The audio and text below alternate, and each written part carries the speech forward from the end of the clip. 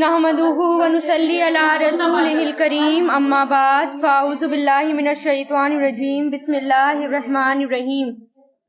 سورہ نور آیت نمبر 11 سے واقعہ افق شروع ہو جاتا ہے۔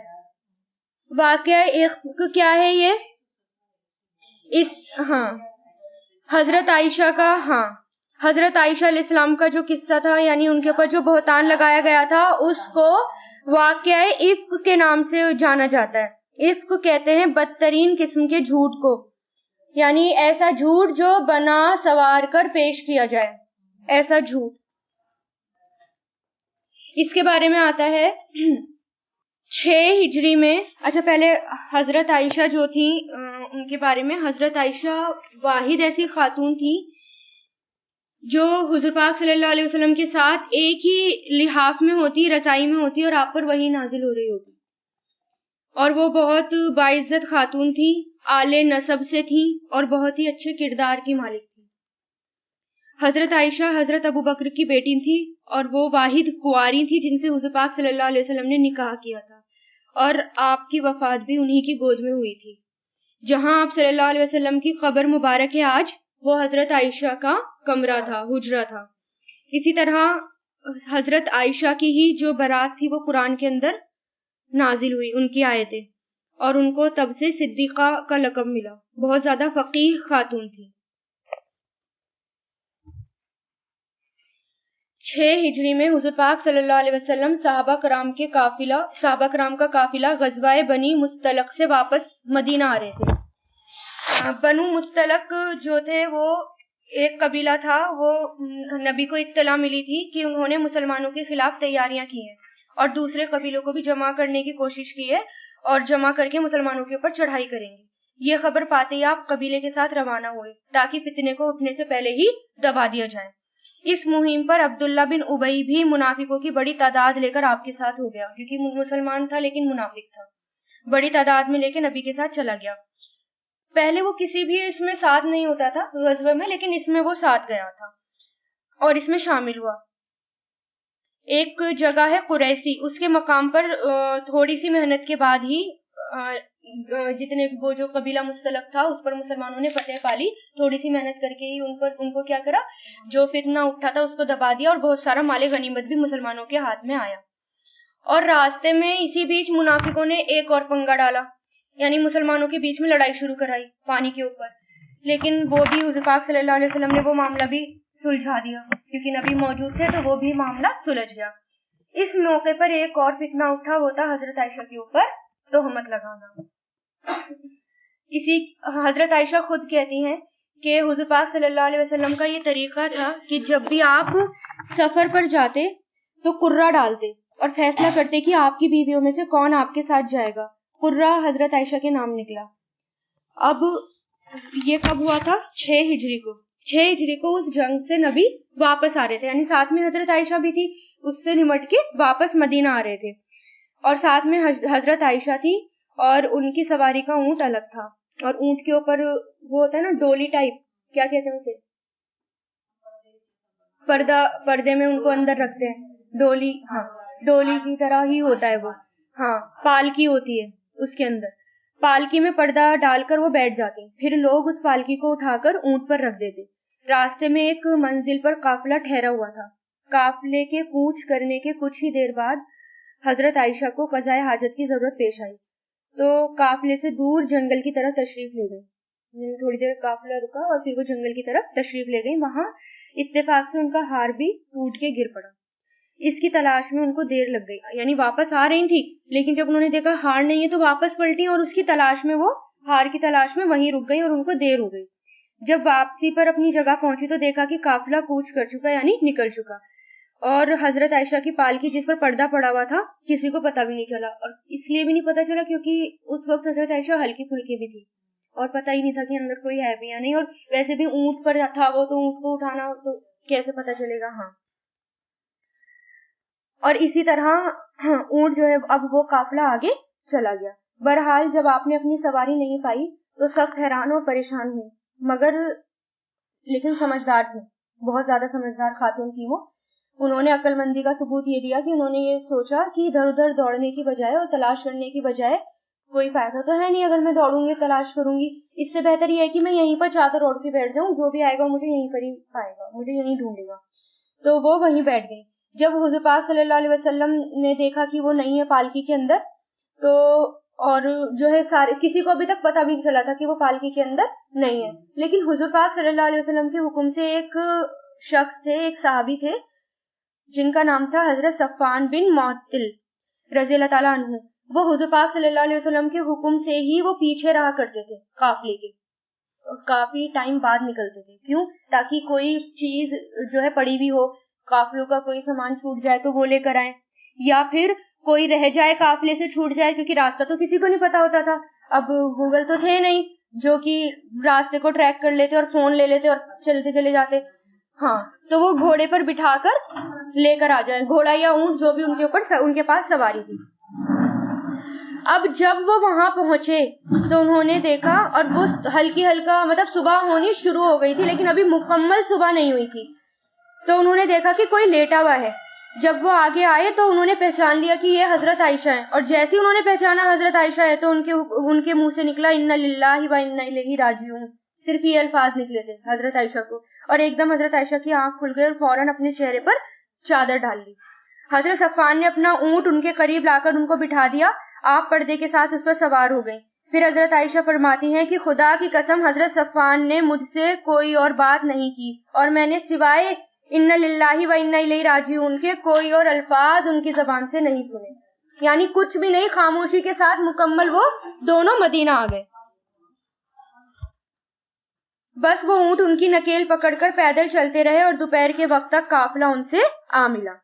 اب عبداللہ بن ابی جو کہ بڑا بدتمیز اور خبیث قسم کا منافق تھا، حضور پاک صلی اللہ علیہ وسلم کا سخت دشمن تھا، تو ایسے موقع کی تو تلاش میں تھا، کہیں مجھے موقع ملے اور میں فتنہ اٹھاؤں، کوئی اور فتنہ، تو حضرت عائشہ کی پاک دامنی پر اس نے تہمت لگائی اور غلط باتیں اڑانی شروع کر دی کہ دیکھو یہ جو ہے کسی غلط ارادے سے رکی تھی اور اب بعد میں آئی ہیں۔ نعوذ باللہ، حضرت عائشہ کے بارے میں ایسی باتیں وہ کرنے لگے، اور تقریباً ایک مہینے تک مدینہ میں یہ چرچا ہوتی رہی اور حضرت عائشہ کے بارے میں ایسی خبر پھیلتی رہی، اور حضرت عائشہ کو اس بارے میں پتا بھی نہیں تھا کہ میرے بارے میں ایسی باتیں ہو رہی ہیں۔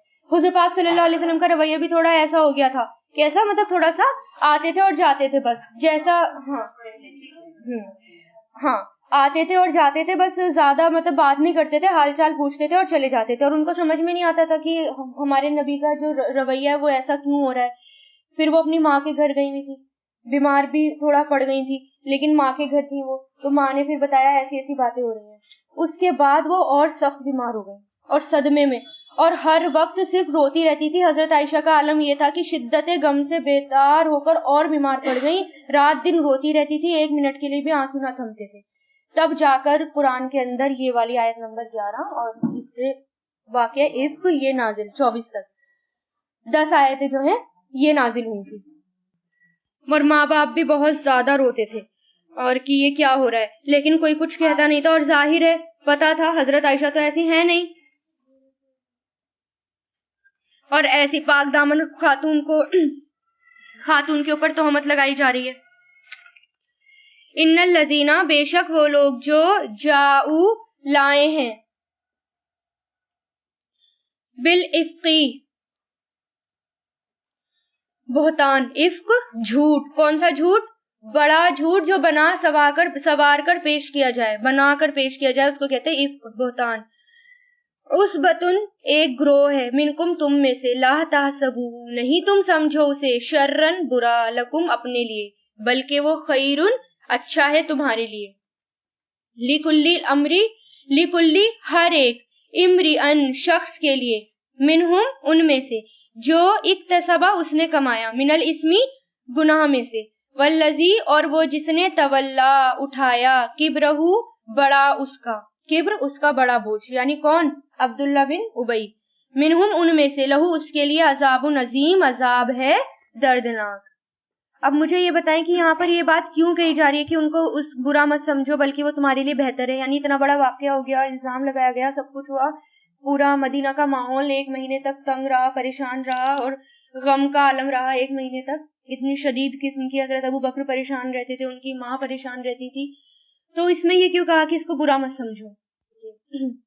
ایک تو یہ اس آیت میں اتنی تکلیف, حضور پاک صلی اللہ علیہ وسلم غم سے گزرے. حضرت عائشہ رضی اللہ تعالیٰ عنہ, ان کے والدین بہت مخلص مسلمان بھی سارے پریشان تھے, جو مخلص تھے سارے کے سارے مدینہ والے انتہائی پریشان. غم کا عالم تھا ہر جگہ, کسی کے پاس کوئی بھی جواب نہیں تھا. تو حضرت عائشہ رضی اللہ تعالیٰ عنہ پر کتنا بڑا پہاڑ تھا نا وہ جو ٹوٹا تھا, اور اس میں اللہ تعالیٰ نے یہ آیت نازل کری. ایک تو یہ بہت خوشخبری تھی. اس کے بعد کیا کیا تھا حضرت عائشہ نے جب یہ آیت نازل ہوئی تھی؟ تو ہاں, وہ جو ہے انہوں نے, ان کے والد نے کہا کہ ان کا شکر ادا کریں. انہوں نے کہا نہیں, میرے لیے اللہ کافی ہے. وہ فوراً انہوں نے مصلی بچھایا اور فوراً اللہ تعالیٰ کی حمد ثنا کی اور اللہ کا شکر ادا کیا کہ اللہ تعالیٰ نے میرے بارے میں یہ آیت نازل کی, قرآن میں میرے بارے میں. تو چھوٹی چھوٹی تکلیفوں پر بھی ایک تو پازیٹیو رویہ ہونا چاہیے. ایک تو یہ ہے کہ کوئی کتنی بھی تکلیف دے رہا ہو, اس تکلیف کو ہمیں یہ نہیں سمجھنا چاہیے کہ یہ ہمارے لیے نیگیٹو ہے. اور اس وقت یہ کہ منافق جو ہیں وہ سامنے آ گئے تھے کھل کر. پتہ چل گیا تھا کہ عبداللہ بن ابی کتنا خبیث قسم کا منافق ہے. اور اس کے بارے میں نبی نے یہ بھی فرمایا, روایتوں میں آتا ہے کہ جب وہ ایسے تہمت لگا رہا تھا تو حضرت ابو بکر سے رسول اللہ نے کہا کہ یہ شخص مجھے بہت تکلیف دیتا ہے, یعنی اس کی باتیں مجھے بہت زیادہ تکلیف دیتی ہیں. اور پھر یہ آیت باقاعدہ طور پر قیامت تک پڑھی جائیں گی اور ہر کسی کی زبان پر رہیں گی, ہر کسی کی زبان پر حضرت عائشہ کی برات رہے گی. ایک تو یہ اس میں پازیٹیو بات تھی. اور یہ جو پروپیگنڈا تھا, اب جو یہ اتنا زیادہ اچھلا تھا یہ پروپیگنڈا, اب اس آیت کے تھرو اللہ تعالیٰ نے یہ بھی بتا دیا کہ پاک دامن کسی بھی عورت پر, صرف انہی پر نہیں, کسی بھی عورت پر اگر الزام لگائیں گے تو اس کا شدید عذاب ہے اور دردناک عذاب ہے. ایک یہ, اس لیے اس میں اللہ تعالیٰ نے کیا کہا, یہ تمہارے لیے خیر ہے, بھلائی ہے. اور پھر جس نے یہ کام کیا ہے اس کا بڑا, یعنی جس نے یہ پھیلایا ہے اس کو تو پھر اللہ تعالیٰ چھوڑیں گے نہیں, اس کے لیے کیا ہے, دردناک عذاب. لولا کیوں نہیں, اذ جب, سمیعتموہ تم نے سنا اسے, کسے, اس واقعے کو, ظنا تم نے گمان کیا, المؤمنون مومن مردوں نے, والمؤمنات اور مومن عورتوں نے, بھی انفسہم اپنے بارے میں, خیرن اچھا, وقالو اور کہا انہوں نے, یہ افکن بہتان ہے کھلم کھلا, یعنی یہ کھلم کھلا جھوٹ ہے. اس میں اللہ تعالیٰ کیا کہہ رہے ہیں کہ جب تم نے یہ سنا تو فوراً یہ کیوں نہیں کہا کہ یہ بہت بڑا جھوٹ ہے, یعنی اس کو اپنی زبان سے دوسروں تک بھی کیوں پہنچایا. جیسے ہی آپ کو یہ کانوں تک آپ کی یہ خبر پہنچی کہ حضرت عائشہ کے بارے میں ایسا بہتان ہے تو خاموش کیوں نہیں ہو گئے, یہ کیوں نہیں کہا کہ یہ جھوٹا بہتان ہے. اور ایک صحابی بھی تھے, اسی طرح ایک آتا ہے کہ حضرت ایوب انصاری تھے, ان کی بیوی نے کہا کہ یہ لوگ حضرت عائشہ کے بارے میں ایسا کہتے ہیں. حضرت ایوب نے فوراً فرمایا کہ وہ لوگ جھوٹے ہیں, کیا ایسا کام تو کر سکتی ہے, یعنی اپنی بیوی سے کہا کہ کیا تم کر سکتی ہو ایسا کام, تو وہ بولی کہ ہرگز بھی نہیں. تو انہوں نے فرمایا پھر صدیق کی بیٹی نبی کی بیوی عائشہ صدیقہ تم سے کہیں زیادہ بڑھ کر پاک صاف ہیں, ان کی نسبت میں ایسا خیال کرنا بھی برا ہے. تو ان کے بارے میں بات سن کر بھی کیا کرنی ہے, اگنور کرنا ہے. اور ایسا کسی کے بھی بارے میں, صرف حضرت عائشہ کے بارے میں نہیں, کسی کے بھی بارے میں اگر کوئی کہہ رہا ہے تو آپ ایک تو سے خاموش کر دیں اور چپ ہو جائیں, اور اس بارے میں سوچیں ہی نہ, اور دوسروں تک تو بالکل بھی نہ پہنچائیں. اگر آپ نے دوسرے تک پہنچا دی, چاہے کیسی بھی نیت ہو آپ کی, تو وہ کیا ہوا, آپ نے بہتان لگا دیا, اپنی زبان سے نکالا اور آپ نے بھی بہتان لگا دیا, آپ بھی اس میں شامل ہو گئے. لیکن اگر آپ اس کی ماں سے کہہ دیتے ہیں جا کر, جس کے بارے میں خبریں اڑائی جا رہی ہیں کہ ایسی ایسی خبریں, آپ ذرا سنبھال لیں, خبردار کر دیں, تو وہ کیا ہے, آپ اصلاح کرنے کی کوشش کر رہے ہیں. لیکن اگر کسی اور سے کہہ دیا تو آپ نے فساد کرنے کی کوشش. بعض مفسرین کہتے ہیں کہ اس آیت کے نازل ہونے کے بعد حضور پاک صلی اللہ علیہ وسلم نے چاروں آدمیوں کو, عبداللہ بن ابی اور اس کے ساتھ ساتھ جو بھی شامل تھے, حسان بن ثابت, مصطح اور حمنہ, ان کو تہمت تراشی کی سزا دی اور ان کو 80 کوڑے لگوائے. پہلے بھی آیا تھا نا کہ جو بھی تہمت لگائے پاک دامن عورتوں پر, اس کی سزا کیا ہے, 80 کوڑے لگانا. پھر بعد میں چھوڑ دیا, وہ جھوٹا بھی تھا نا, باتوں کو وہ جھوٹا بھی تھا اور باتوں کو جو ہے بنا سوار کر بھی پیش کرتا تھا, اس کو پھر چھوڑ بھی دیا گیا تھا. پھر اس کا معاملہ اللہ تعالیٰ کے ہاتھوں بھی چھوڑ دیا, یعنی اب اس کا معاملہ اللہ کے ہاتھ ہے. اور اس کا قتل بھی اس طرح ہوا تھا. خیر سیرت میں آئے گا نا, سیرت میں اس کے بارے میں بھی سب آئے گا کہ کس طرح اس کا قتل بھی ہوا تھا. لولا کیوں نہ، جاؤ وہ لائے، کیوں نہیں وہ لائے، علیہ اس پر بھی، اربعاتی 4 شہداء گواہ، فَإِذَا پھر جب لم نہیں، یاتو وہ لائے، بھی شہداء گواہ، تو یہی لوگ ہیں عند اللہ اللہ کے پاس جو جھوٹے ہیں. یعنی اللہ تعالیٰ کہہ رہے ہیں اتنا بڑا بہتان تھا، اس کی تو گواہ لانے چاہیے تھے، 4 گواہ ہونے چاہیے تھے، تو کیوں نہیں لائے 4 گواہ، اور اگر گواہ نہیں ہے تو یعنی یہ لوگ جھوٹے ہیں. ولولا اور اگر نہیں ہوتا فضل اللہ کا تم پر اور اس کی رحمت دنیا میں اور آخرت میں، لمسکم ضرور پہنچتی تمہیں، فیما اس میں، جو افدتم تم پڑ گئے، فی اس میں، عذاب عظیم عذاب بہت بڑا. یعنی افدتم ہونا ہے مشغول ہونا، پہلے بھی آیا تھا نا فاز یا فیزو کسی بھی معاملے میں مشغول ہونا. یعنی اگر اللہ تعالیٰ کا فضل نہ ہوتا اور اس کی رحمت نہ ہوتی تو ضرور ہی کیا ہوتا، عذاب ہوتا. کس کے بارے میں یہ آیتیں نازل ہوئی ہیں، کس کو کہا جا رہا ہے؟ یہ آیت ان مومنوں کے بارے میں نازل ہوئی ہے جو غلطی سے اس تہمت میں کسی نہ کسی طریقے سے شریک ہو گئے. یعنی انہوں نے سن کے اتنا بھی آگے پہنچا دیا کہ دیکھو کتنا جھوٹ بول رہی ہیں حضرت عائشہ پر، ایسے ایسے تہمت لگانے، یہ تو جھوٹ ہے. اگر اتنا بھی کہہ دیا کہ کسی نہ کسی کی طرح سے وہ اس میں مشغول ہو گئے، غلطی سے بھی ہو گئے، تو انہوں نے سچی معافی مانگی، سچی توبہ کی اللہ تعالیٰ سے، اور ان کو معاف کر دیا گیا. تو اللہ تعالیٰ کہہ رہے ہیں اگر اللہ تعالیٰ کا رحم نہ ہوتا اور اس کا فضل نہ ہوتا تو ضرور ان کو بھی عذاب ملتا، پھر اللہ تعالیٰ انہیں بھی نہ معاف کرتا بلکہ انہیں بھی عذاب ملتا.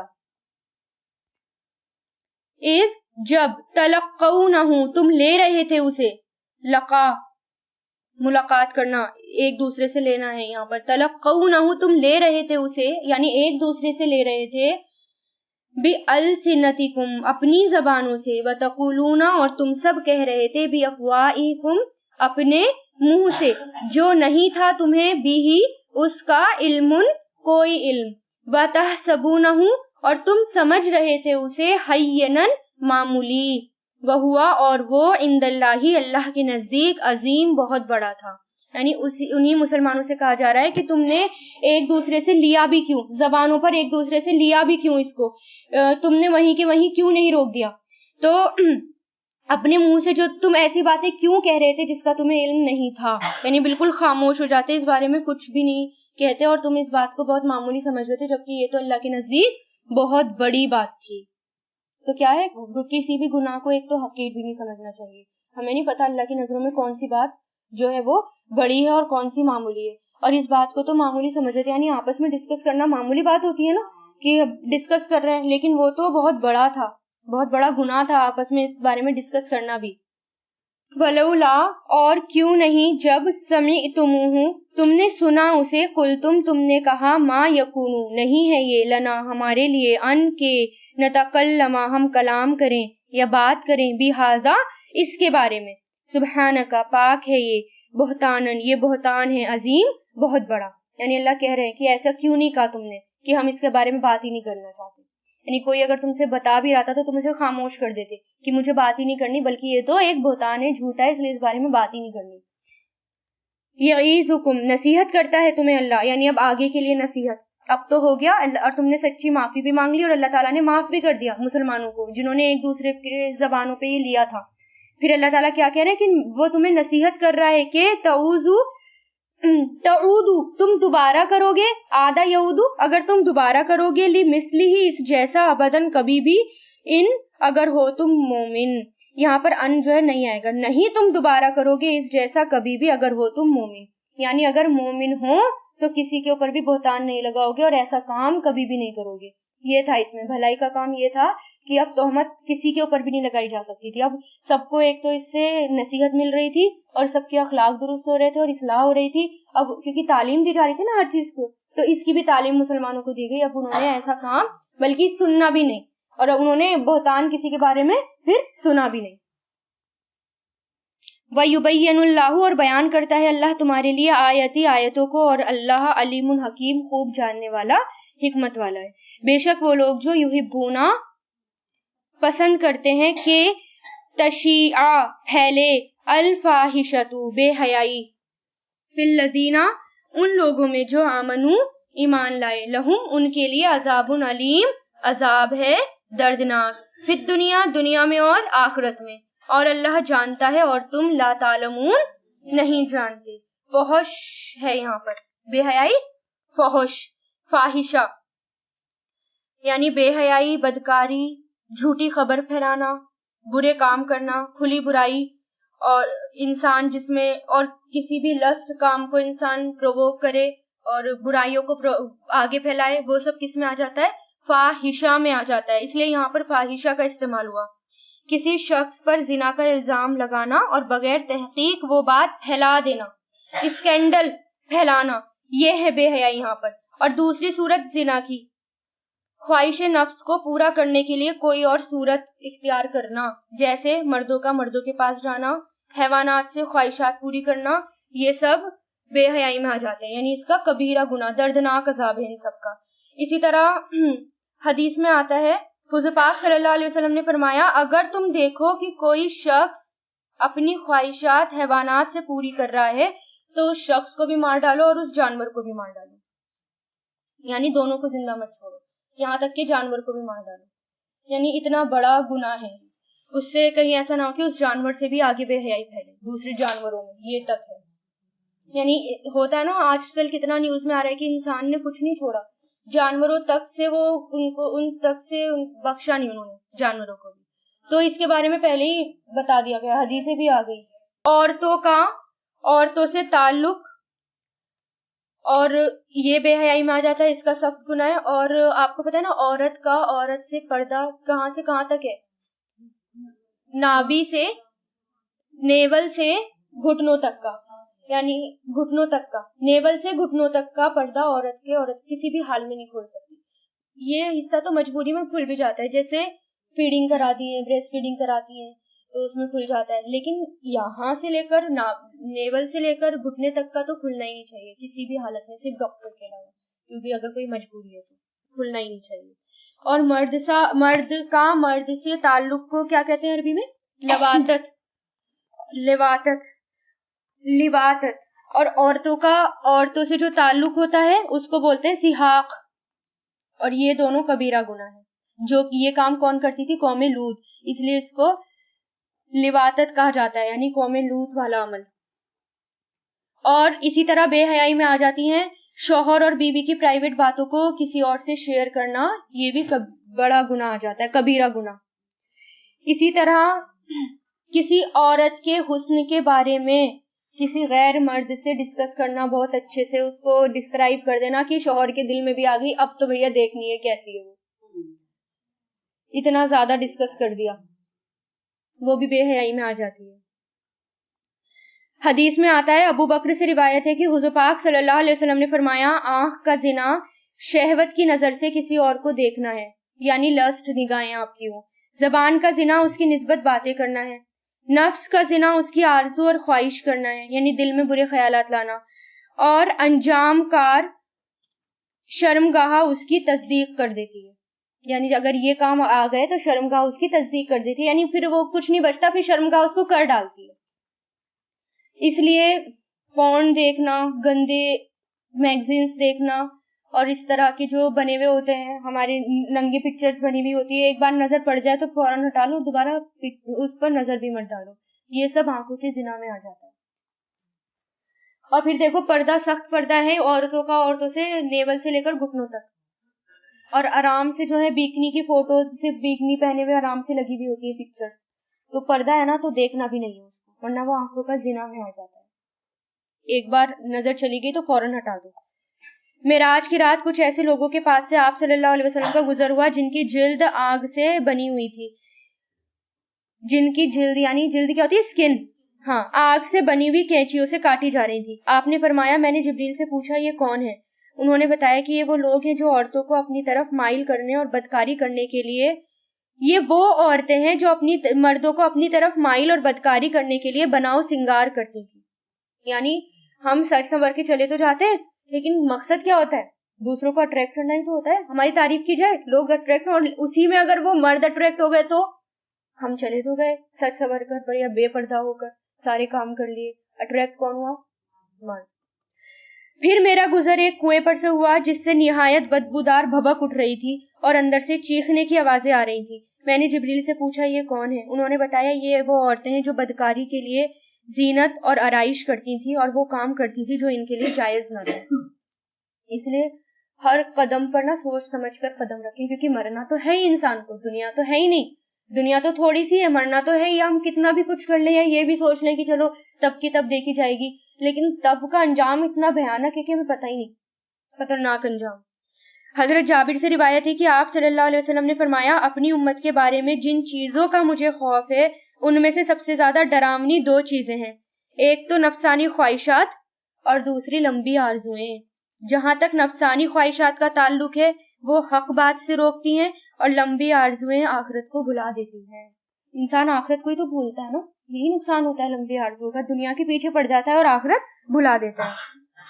اسی حضور پاک صلی اللہ علیہ وسلم نے فرمایا بے حیائی جس چیز میں بھی ہوگی اسے عیبدار بنا دے گی اور حیا جس چیز میں ہوگی اسے خوبصورت بنا دے گی.